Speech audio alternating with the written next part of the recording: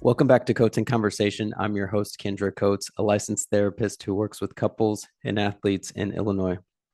In today's conversation, I speak with Drew Davis, a former NFL athlete, now certified life and performance coach.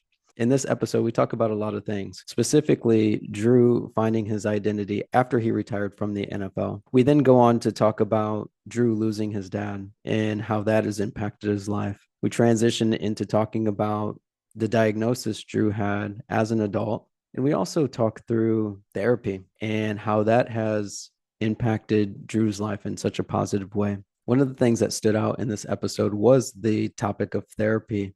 As a licensed therapist, I work with a lot of athletes, and that is something that comes up is identity after sports and how difficult it is to transition into just regular life. And I find that a lot of us men sometimes struggle and we hold on to the identity of being athlete. Drew talks about that and how he's been able to navigate this new transition into being a certified life and performance coach. If you are somebody who's interested in sports, therapy, or just interested in hearing stories about how people have overcome some of their obstacles, this episode is definitely for you. I hope you enjoy it as much as I did having it. Drew, I was thinking about this conversation probably for the past week. As we think about sports, identity, who we are as human beings, a lot of times it's tied to athletics, especially men who look like me and you. We get a lot of validation from the sports that we play. And I want to make this conversation one where people can be left with, oh, well, I don't have to be an athlete. I can be somebody different than an athlete, a lawyer, a doctor, etc. So if you could go back and ask your 18-year-old self that football would not be the rest of your life or not be forever, and the real battle was figuring out your identity without football, how do you think that 18-year-old would respond? I think he would respond well. And I mean that by saying when I was 18, I knew that football wouldn't last forever, that it was something I really wanted to do and really wanted to achieve. But I think it would have gave me permission to try and do other things and be exposed to other things. And not to say that I wasn't, but I was always like, man, I want to do that, but let me see what happens with football first. And I know today there's a lot more people or a lot more athletes, collegially and professionally, who they play football, but then I have these two or three other things that I have going that I'm passionate about and, that I work on in the off season or that is a part of my brand. And so I think that would have been very important to me to hear that, to give myself permission to pursue something like acting, which I was doing in college. And I left that as a minor and just dropped it and continued towards psychology because I didn't feel like I had the bandwidth for it. So it would have let me know, like, all right, well, we know who Drew the football player is, but who else is Drew outside of this? It would have gave me permission to pursue that, and I would have put more effort and energy into finding what else I was passionate about and also what else I was good at outside of the football field. Hmm. Take us back to the moment where you stopped chasing that dream of being in the league and you started chasing your purpose or peace. What did that moment teach you about who you were beyond being an athlete? Man, the time that I stopped chasing football was probably about a year and a half after my last year in Atlanta. I was waiting around, I was training, I was working some jobs a little bit, but I was still trying to hold on hope that football would come back around or I would get that call and I'd be back playing. But I picked up a couple jobs and I worked at this uniform company named Unifirst. And I was working there and it was super early mornings. You get there at 4:35 and you might be off at like 3 or 4, depending on how long your route was. And doing all this stuff was pretty hard and going to all the stores you had to go to and building the relationships. But once I got going for about a month or two on my own after training and everything, I scheduled my route in a way that was conducive to how it should have been to cut off time and cut out all this smaller stuff that was holding me up. And there was a time that I looked up and I was like, this is too easy. I was like, I can do this with my eyes closed, with my hands tied behind my back. And I wasn't fulfilled doing it. Like the money was good. I was able to get off by, 2 o'clock most days. It was early mornings. But I was just like, yo, like I feel like I should be doing something more, whether that was helping people, whether that was being a bigger beacon to society, and just what I was doing with my work or passion projects or things like that. And so that was pretty much the very first experience I had with, all right, well, football's done. Now, what else do you like to do? What do you want to do? What can you see yourself doing? Rather than just, okay, I'm getting a paycheck and the rent's paid and my bills paid and my car notes paid. What do you want to do to create impact and to kind of fill that void of the same thing that football and sports brought you growing up? It's interesting. You mentioned how you weren't fulfilled. Just curious, you've played at the highest level. You spent some time with the Atlanta Falcons, played with the Oregon Ducks. How often did you run into players or talk to players who weren't even passionate or driven from the sport that they were playing, but it was more just wanting to fulfill this expectation that maybe family wanted them in that position or chasing this validation? Ooh, I ran into that a lot, and I ran into it as in myself, but just players that I've crossed paths with at UCLA, at Central Florida. Like you said, you get this validation at a young age. You know, you score a touchdown, or you walk into the barbershop and you had a great game, and people are showing you love and giving you love, and so you think that that's what might be your calling or your purpose and what you're working towards. But you would think like, all right, well, shoot, if your parents got super happy because you passed that math test, or if you were on debate club or you wrote some poetry and you presented it and it was really great and you got that same adulation from people, would you have that same desire? And growing, or when I was in college at UCLA, or when I was working at UCLA, I would kind of see guys and they were unsure about doing something because they didn't know, like, if it would upset the coaches or how that would look if they had to go to a class to miss a meeting, whether that was, acting class, or whether if it was something for their major, or whether they couldn't major in something because it coincided with our practice schedule. And you would see guys that were kind of just, they wanted to do something, but they wanted permission. And they didn't Mm, want something else to be sacrificed because of that. And so a lot of the times I would sit these guys down and I'd be like, all right, well, what do you want to do? Okay, well, let's find out a way that we can do this. Let's, helping them be grown men. Let's go talk to the coach and tell them why exactly you want to do this and see if we can work it out. And so I just saw a lot of people that were begging for permission to do something, or were begging for people to see that, wow, I might be good at this as well. And also those advocates to fight for them and to try to get them, or try to help coaches or administration see that, yo, this is a football player, he's on scholarship, but man, he has so much great potential to do other things. And so a lot of that was just helping them to know that they had a voice, that they have a vote. A lot of the mm, time they don't think they have a vote because they're like, well, I'm on scholarship and I'm here to play football and this is what I have to do. But you get those 4 or 5 years, or nowadays 8 or 9. When you get those years to really chase what you want to chase, and I tell them to chase it while they're getting their school paid for, double major, you know what I mean, major and minor in something. Try to study abroad if you can, if it fits your schedule. So just giving them permission that their vision didn't have to be so narrow with what they were working towards, and that they should still pour into themselves outside of being an athlete or a football player. I got like three different questions that I want to ask you from that.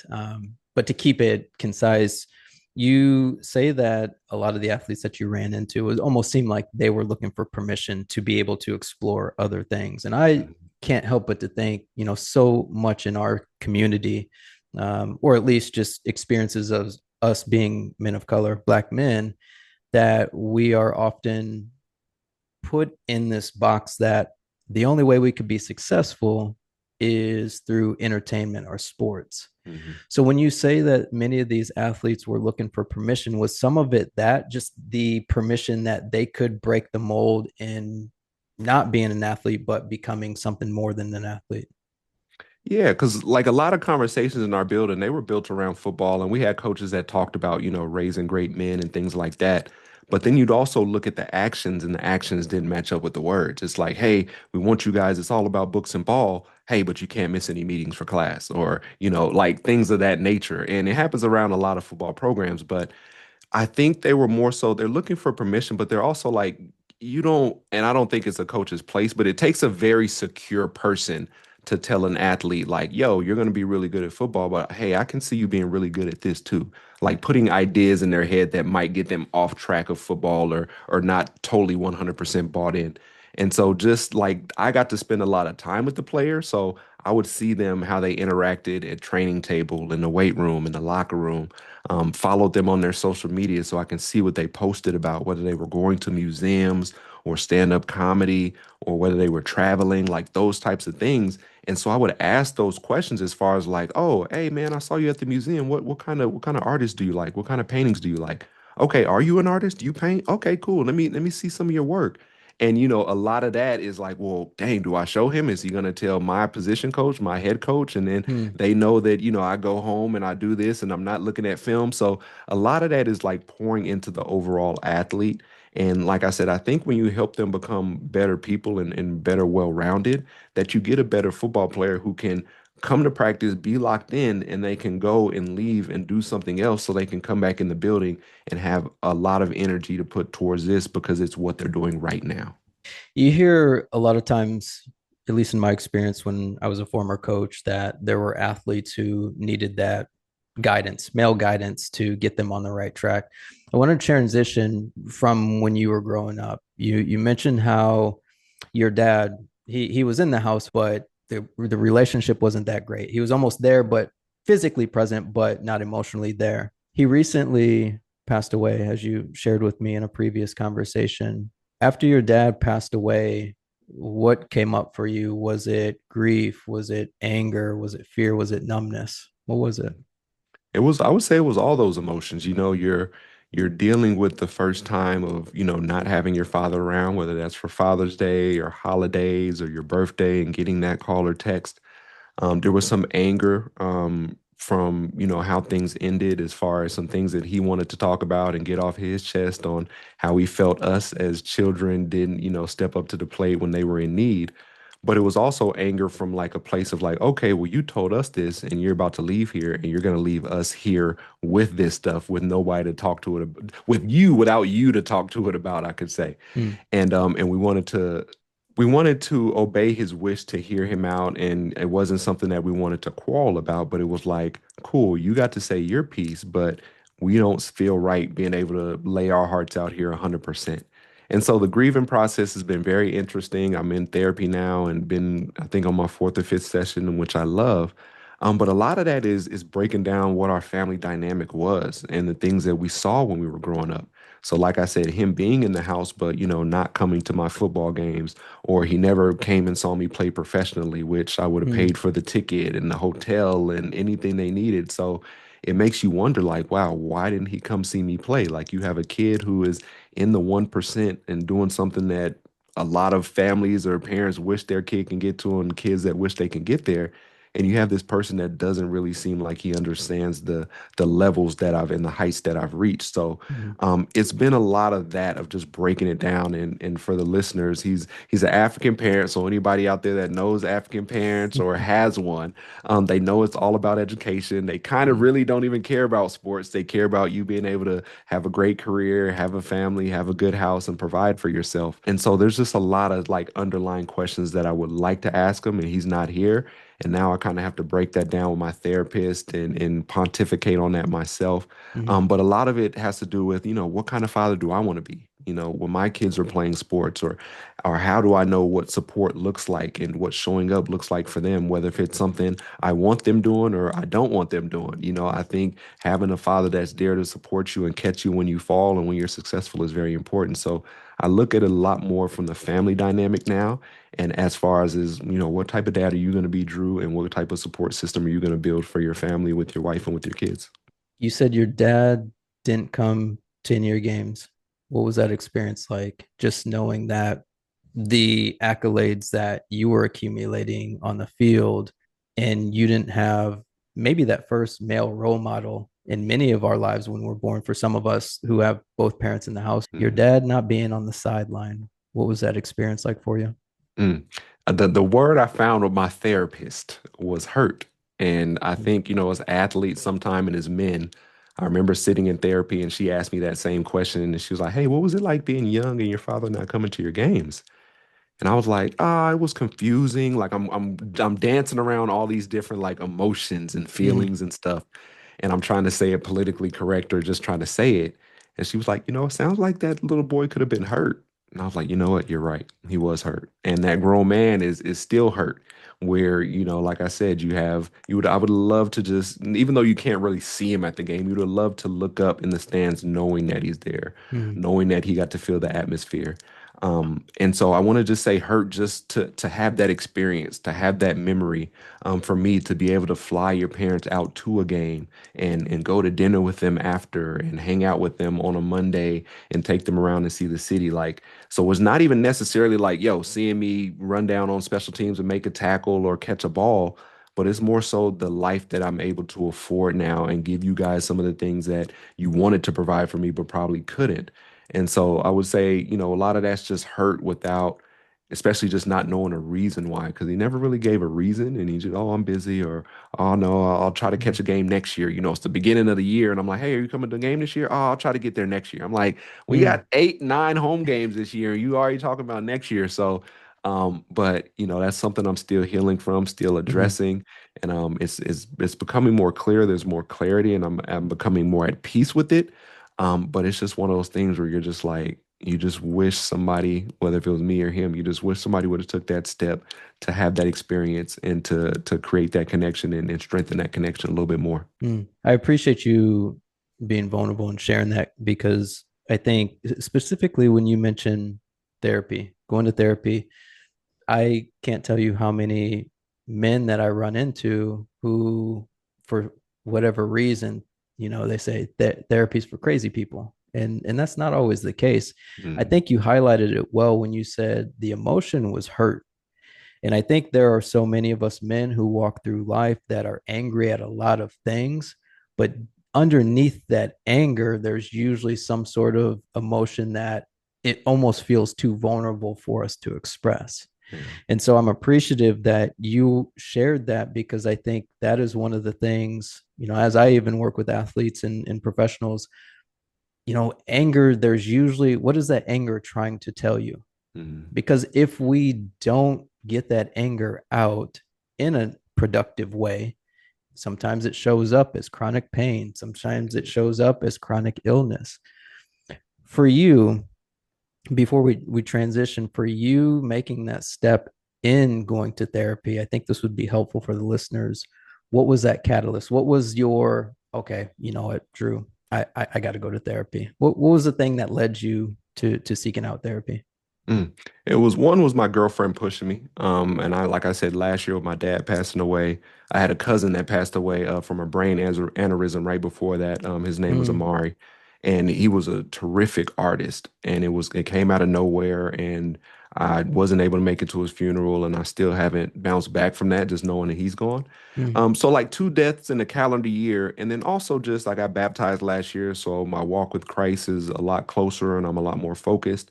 And I just thought this was the next step. Like I said, my girlfriend had been asking me about it and saying, hey, have you looked up a therapist? And I think it's funny because being an ex-NFL player, we have some very good healthcare and some very good resources that we tap into.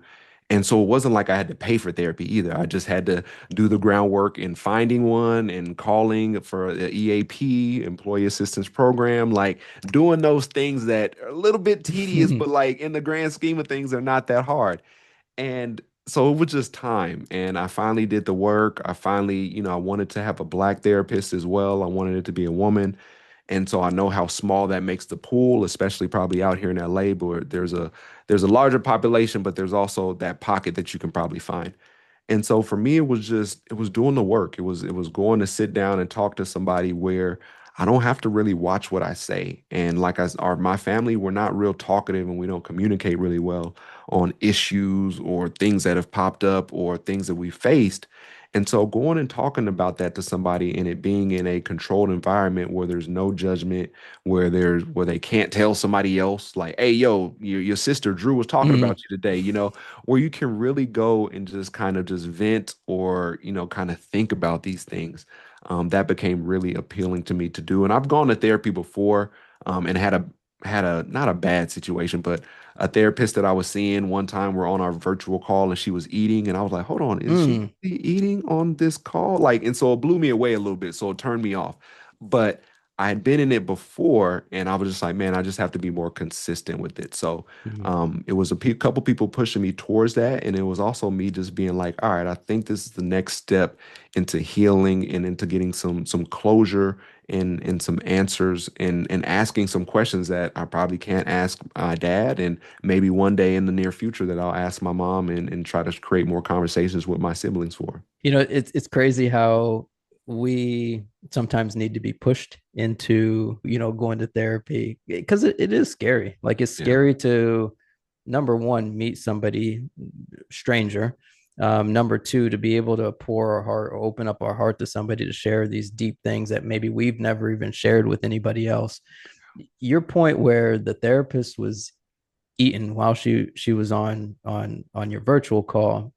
There are so many experiences that I've heard from other people, and they're just like, oh, my therapist did this, or even some of the athletes that I work with, oh, my therapist told the coach that I'm going through this, now my playing time got cut, which is Hmm. so unfortunate because I think Yeah. it puts a bad rap on the mental health space just in general. Yeah. But it when you find the right therapist, it feels like home Yeah. because your nervous system feels safe with that person to be able to open up. Transitioning, I know, is for you being a former athlete, ex NFL athlete, a lot of athletes spend their time on the X's and O's. So the physical preparation and the technical side of things. But a lot of athletes forget about how important the mental and emotional aspect of the game is. You were diagnosed with ADHD as an adult, as we talked in our previous call. How do you think that shaped or impacted your mental performance? I think it's shaped and impacted it a lot. And the thing that I talk about when I do talk about the experience, there were things that I did that I wasn't sure why I did it, and now I'm more clear about why I did it. Whenever I was in meetings, I took copious notes. Like, I sat up close next to the coach because I noticed that my mind would trail off a lot. Like, I mean, we could be watching film and all of a sudden I'm thinking, oh, what I got to eat at the crib when I get back? Oh, I could do that. Oh, okay. Oh, I got them left. Like, it was just always just something like that. So I had to write down everything, even if it was hey, we're running this curl at 12 yards. When you get, cover three, we're going to work out or spray out to this. Like, it was the things that we talked about dozens of times during the week that I would still write down to make sure that I knew it.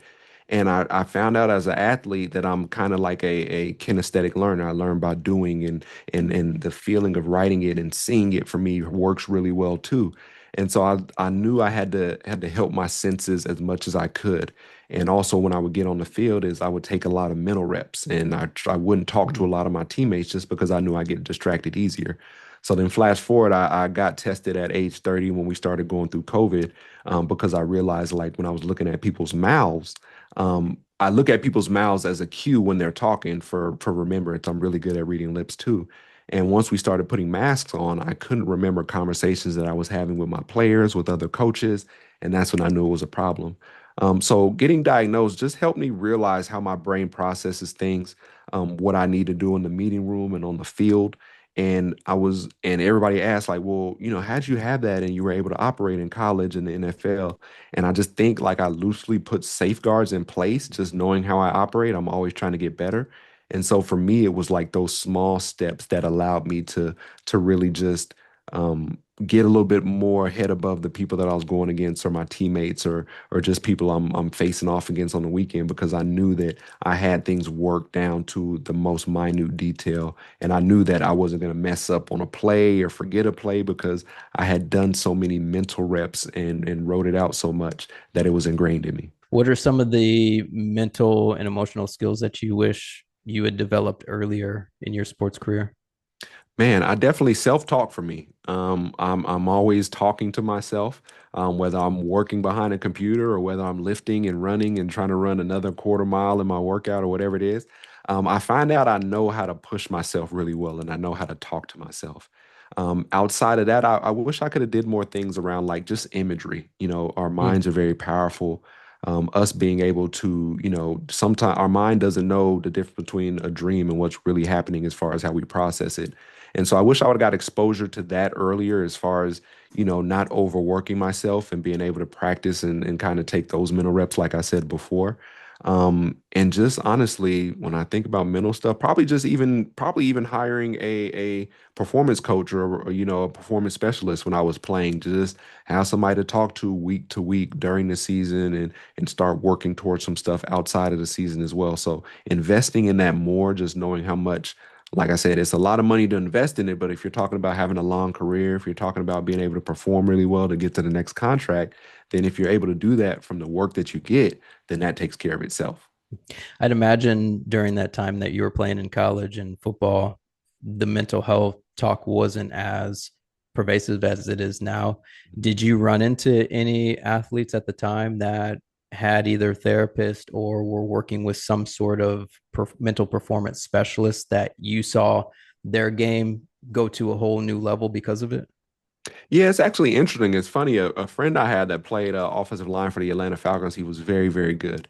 And I remember talking to him before the game, and we got real close. And I was like, "Man, aren't you just excited when it's time to play?" And he was like, "No." And I was like, "What you mean, no?" He's like, "Think about it." He's like, "You drop a ball, cool. You're gonna get another ball at some point. Like it's no biggie." He's like, "If I give up a sack, on the very first drive, like the rest of my day is just, excuse my language, but just goes to shit. Like Mm, I've already given up a sack, like, and now, does the guy have a mental edge over me or anything like that?" And so I started looking at it differently. And this same person, he would talk about how nervous he would be before games, and he did have a sports psychologist that he worked with who helped him get to that threshold of, as far as anxiety before the game, being between like a 4 and a 6 on a scale of 1 to 10 continuum of how it's good to have nerves. Like, you know what I mean? I think that's the thing we forget as athletes and performers and people. Like, if you go in at a 0, like I'm not worried about anything, like, not to say it's super bad, but you want something. Dang, did I put all the slides in here? Do I know this play back and forth? Dang, okay, is my body ready? All right, I'm real nervous about this play because we didn't hit it in practice. Like, let me make sure I do XYZ. So like there's good with having some nerve and some butterflies when you go out to perform, for me, because it lets you know that you're alive. It lets you know that you care about something. And so just talking to him and hearing him talk about that, and this is a dude who got, a big, big contract and who was one of the best linemen in the league at the time. And so just hearing that he works with somebody, and there's one year I want to say he gave up, 1 or 2 sacks on the whole season, mm. which is, in itself amazing. That of course, he's a great athlete, but you can take yourself up another level by doing things and investing in yourself, such as a performance coach, a psychologist, a therapist, somebody that helps take things off your plate or to make things more digestible for you in your sport. Mm. I love that. I love that because there's even I think that's one of the biggest things that we often hear athletes struggling with anxiety. So I'm a big golfer, so a lot of times you hear the yips. I hear baseball players talk about the yips, Hmm. and as male athletes, a lot of times we're just afraid to speak up of what we're experiencing, which makes it even worse. And I tell people all the time, if you have an emotion or if you're having an experience and you're suppressing it, that's only going to make the situation worse. Yeah. So I'm glad, as far as you were able to be exposed to seeing the benefits of seeing somebody work with a mental performance specialist or psychologist and their performance increased. We've talked through just, younger you navigating relationship with your dad, struggling with ADHD and figuring out different ways that helped you in your sport. Some athletes talk about how difficult the transition is from their sport, especially the loss of structure, identity, purpose. I've got a few notes here because I want to highlight these because I think this is also could be, what makes the transition hard as well. So for you, you had many accolades. One of those was, and I didn't know this until I did my research. Football wasn't even your first sport. It was baseball, and you were a standout athlete there.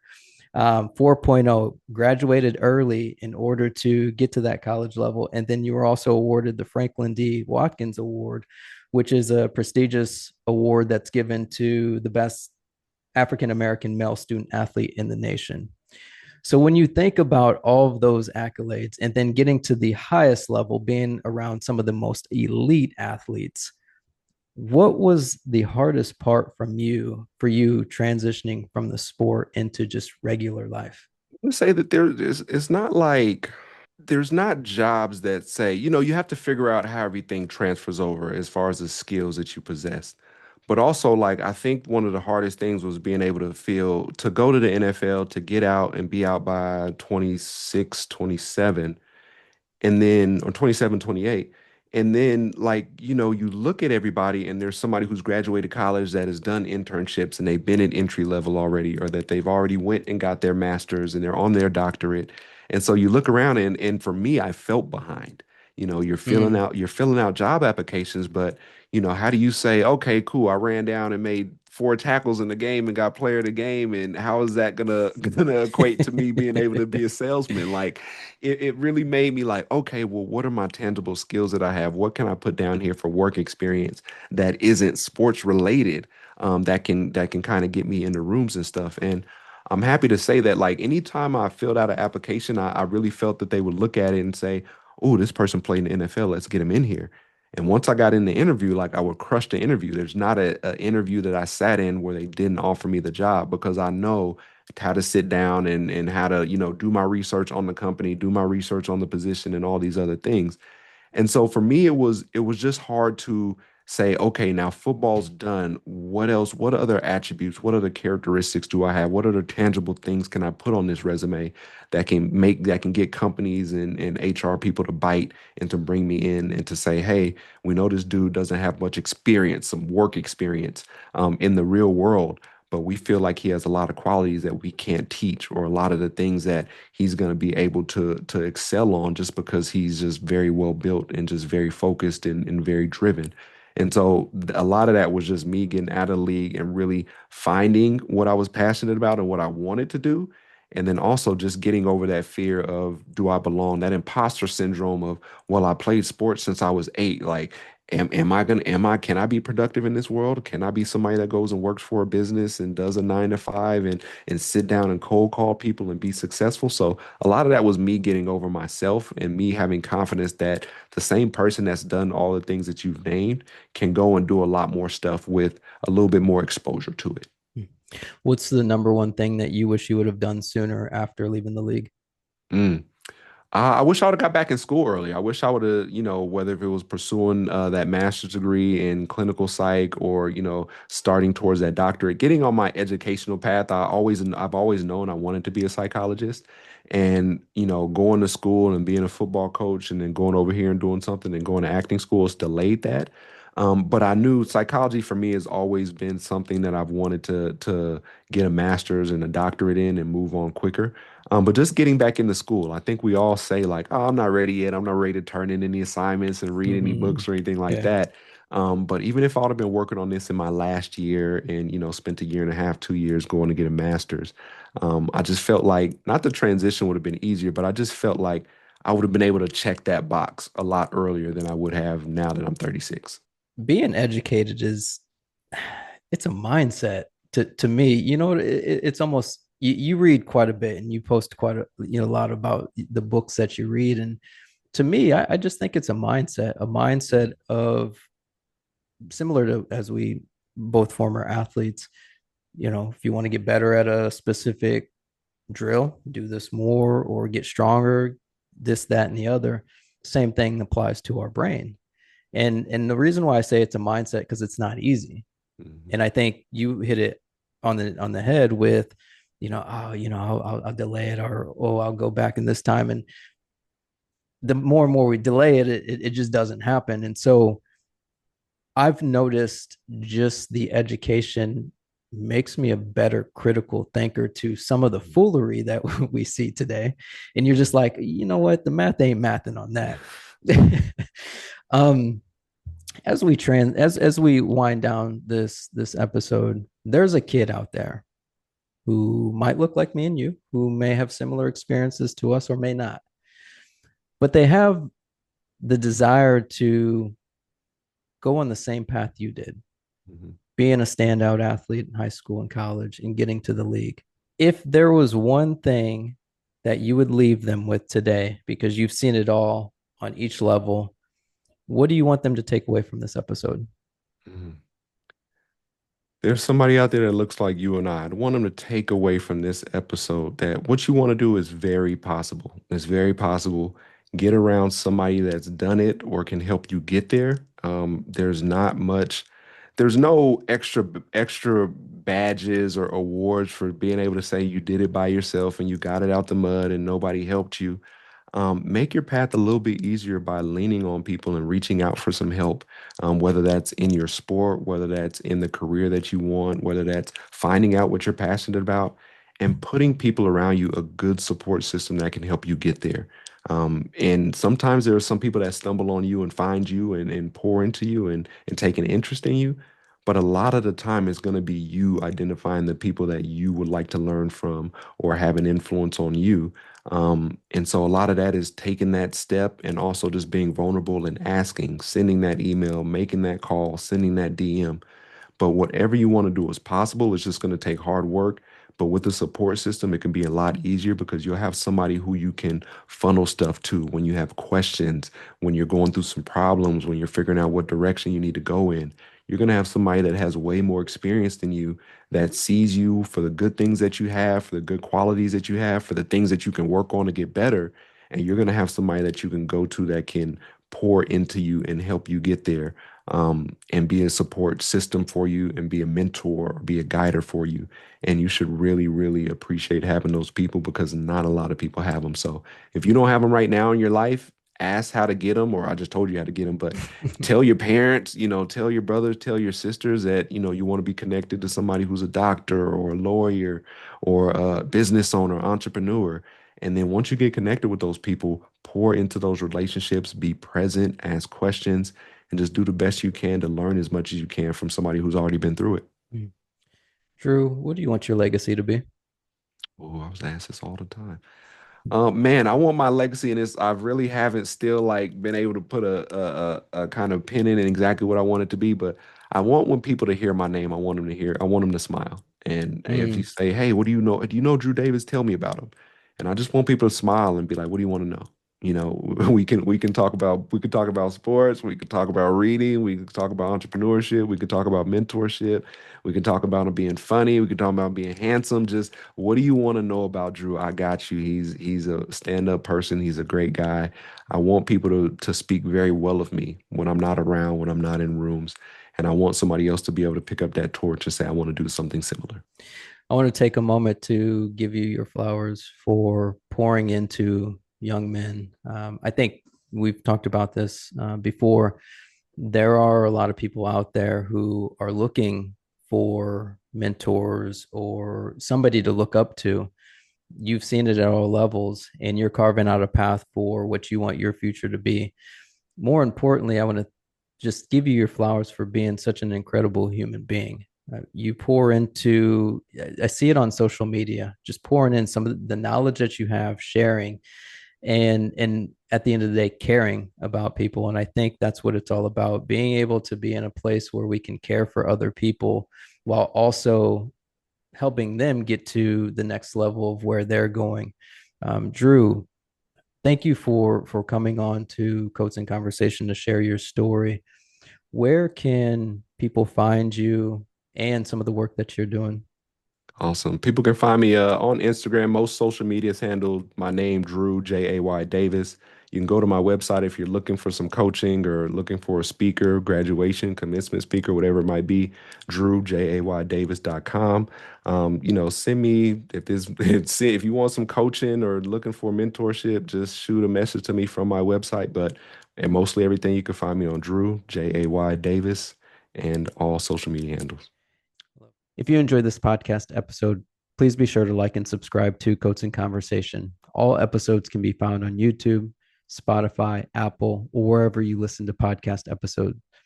This truly helps me continue having quality conversations with people like Drew, and it spreads the awareness of how important mental health is, not only in sports, but in our everyday lives. Mental health has and does influence every single relationship that we're in and wherever we show up. Thank you for listening to Coats in Conversation, and be sure to be on the lookout for the next episode.